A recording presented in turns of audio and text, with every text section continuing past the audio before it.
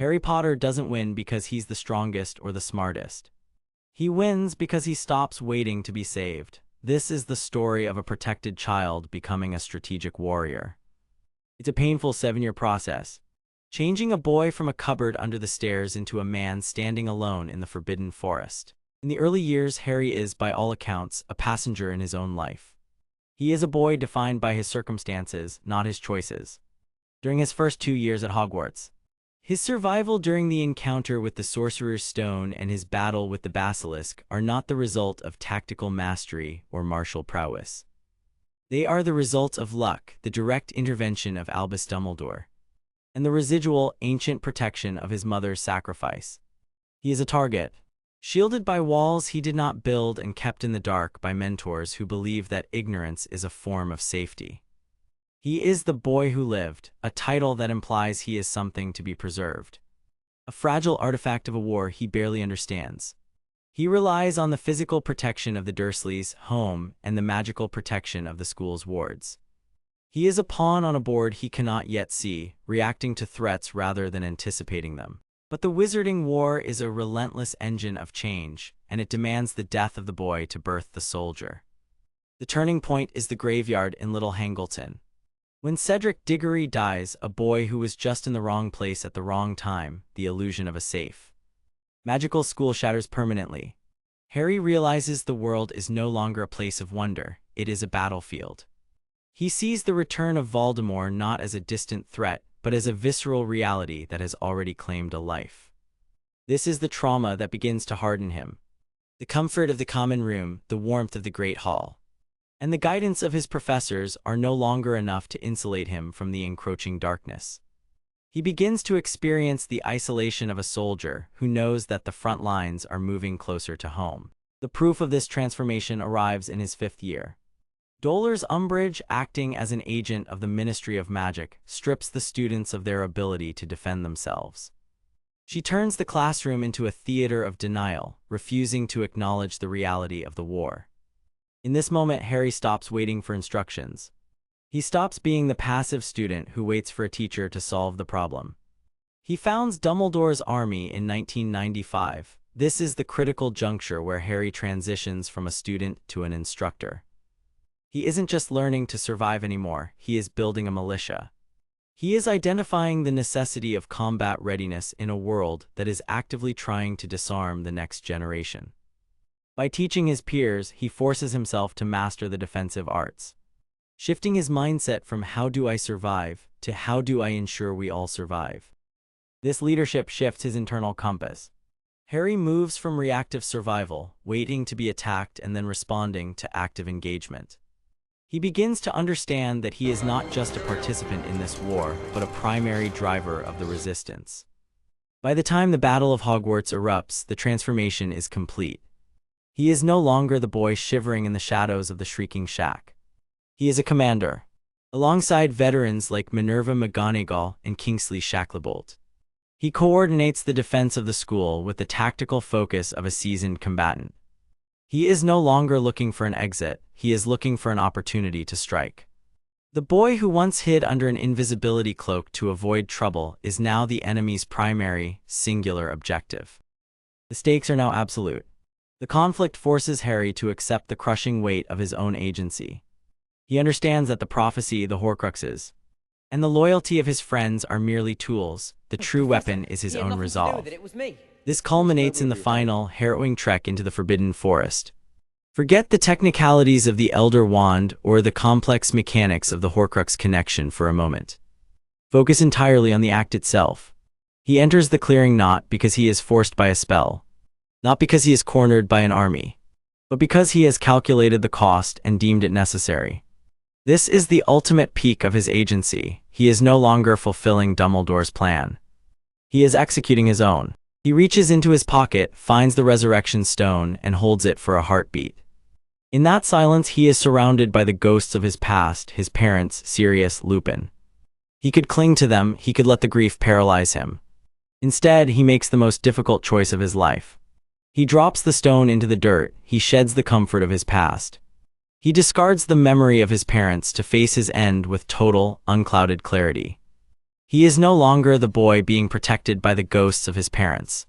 He is the man who is protecting the future by walking into the dark. His journey is not defined by the spells he casts, nor by the wand in his hand. It is defined by the shedding of his childhood. He walks into the clearing to face Voldemort, knowing exactly what awaits him. He is no longer the boy who survives by chance. He is the warrior who finally takes the burden of the war onto his own shoulders. He doesn't just face the darkness, he chooses it. He accepts the role of the sacrificial lamb so that others may survive the slaughter. This is the ultimate evolution of the hero. Harry Potter begins as a child who is fundamentally defined by things that happened * to him. He ends as a man defined by the things he * does *. He stops being the victim of a prophecy and starts being the architect of his own destiny. Through the DA, he learned that power is useless unless it is shared. Through the war, he learned that courage is not the absence of fear, but the willingness to act in spite of it. And through his final walk into the forest, he learned that the greatest act of war is not killing the enemy, but having the strength to lay down your life so that the enemy can no longer claim the moral high ground. The transition from a passive child to a proactive warrior is the backbone of the story. It requires letting go of the desire for safety and a long life. Harry realizes he can't protect his friends if he's hiding in the castle. He can't defeat Voldemort if he's waiting for Dumbledore to return.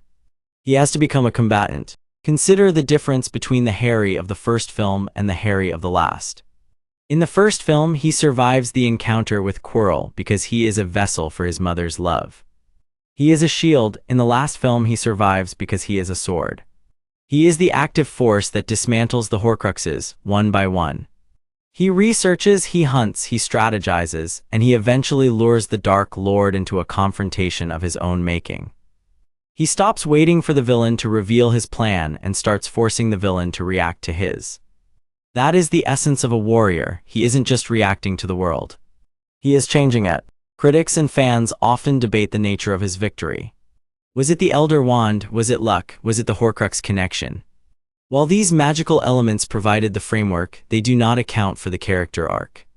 The warrior status isn't about how many spells he knows or how high he can fly.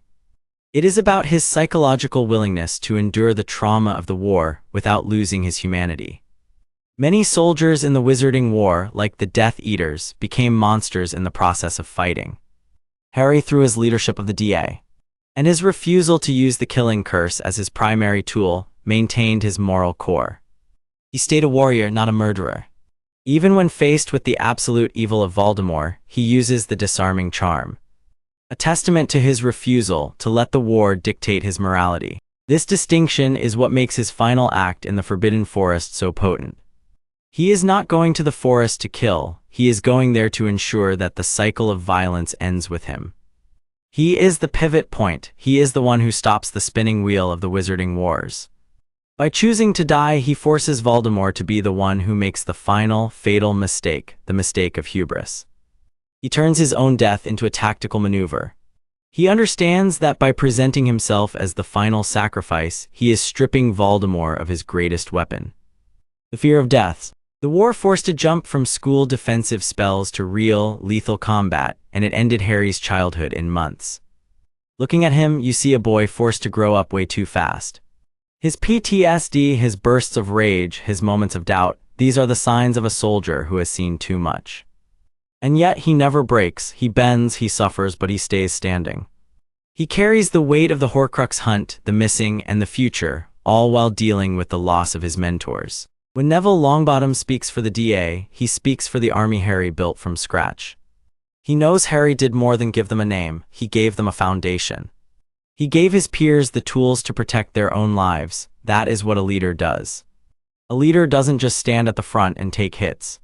A leader creates more leaders. Harry Potter created a generation of fighters who stopped fearing the shadows. He went from a student struggling with Patronus charms to a teacher who could inspire a whole school to fight the greatest dark wizard of the age. Even in the most dire moments of the Battle of Hogwarts, when the school is literally crumbling around him, Harry is not looking for a way out. He is looking for the final piece of the puzzle. He is looking for the last Horcrux. He is thinking 3 steps ahead, while his enemies are blinded by their own arrogance. He has internalized the lessons of his mentors, Dumbledore's wisdom, Lupin's patience, Sirius's ferocity, and he has synthesized them into a strategy of his own. He is no longer asking for advice, he is giving orders. He is no longer hoping for a miracle, he is creating one through his own tactical sacrifice. The story of Harry Potter is not a story about a boy who finds a magic wand and fixes everything. It is a story about a boy who finds himself in the middle of a conflict that was older than he was, and decided that he was the only one who could end it. He took the mantle of the warrior because there was no one else left to carry it. He walked into the forest, he faced the wand, and he stood his ground. He didn't just survive the encounter, he transformed the meaning of the encounter from a defeat into a victory. The transformation is done. The boy who was hidden is now the man who is exposed. The boy who was protected is now the man who protects. The boy who was the target is now the winner. And he wins not by being the strongest, but by being the most willing to sacrifice everything for a future he wouldn't live to see. That is the mark of a warrior. He didn't fight for glory, he didn't fight for power. He fought so the next child wouldn't grow up in a cupboard, waiting for a savior who never comes. He became the savior he had spent his life waiting for. His story shows that we aren't defined by our beginnings or the protection we get. We are defined by the choices we make when that protection is gone. And we're standing alone in the dark, facing what we fear most. Harry Potter mastered the war, he became the architect of his own fate. He realized the war wasn't about the spells cast between wands, but the integrity of the person holding the wood. By keeping his humanity, leading with courage, and choosing sacrifice over self-preservation, he proved that true power lies in the heart, not in the magic. He saved the world by first saving himself from the fear that would have kept him a child. He walked into that forest as a boy, but he stepped out as a man who finally found his own purpose.